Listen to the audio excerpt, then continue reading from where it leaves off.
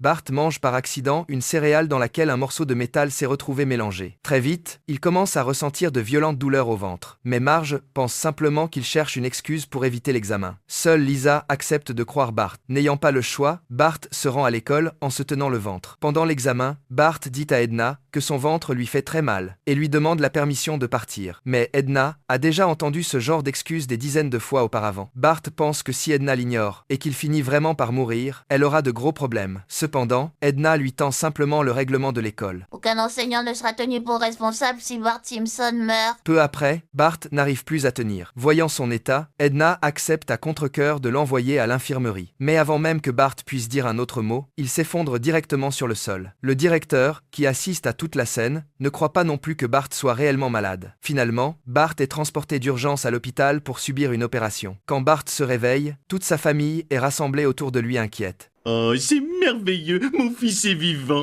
Pas grâce à toi, Homer. Oh, espèce de sale... Les médecins retirent le morceau de métal qui se trouvait dans son estomac. Bart est très heureux, car il trouve que sa cicatrice a vraiment du style. En plus, il peut profiter d'une semaine de congé maladie. Les autres élèves de l'école sont extrêmement jaloux, et certains aimeraient même subir une opération eux aussi. Je suis contente que tu ailles bien, Bart.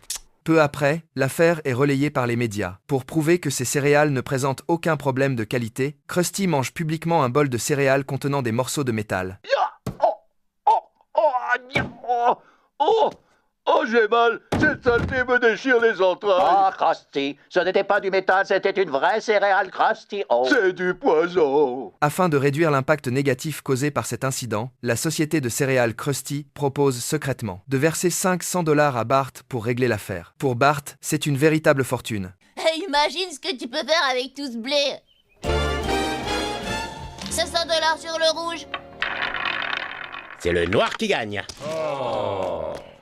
Cool. Finalement, Bart se rend au magasin de bande dessinée avec cet argent. Mais au moment où il s'apprête à acheter quelque chose, il aperçoit Lisa qui passe à proximité. Lisa semble très triste. En réalité, le jour où Lisa est venue rendre visite à Bart à l'hôpital, elle y a rencontré un musicien. Elle s'est très bien entendue avec lui. Le musicien lui a même offert son saxophone. Mais le lendemain, quand Lisa retourne le voir, elle découvre qu'il est déjà parti. Lisa en est profondément attristée. Alors Bart utilise ses 500 $ pour acheter toute la collection d'albums de ce musicien et l'offrir à Lisa. Bart, j'arrive pas à le croire. Mais pourquoi? Quand j'ai dit que j'avais mal au ventre, toi t'as été la seule à me croire. Oh, tu es un amour.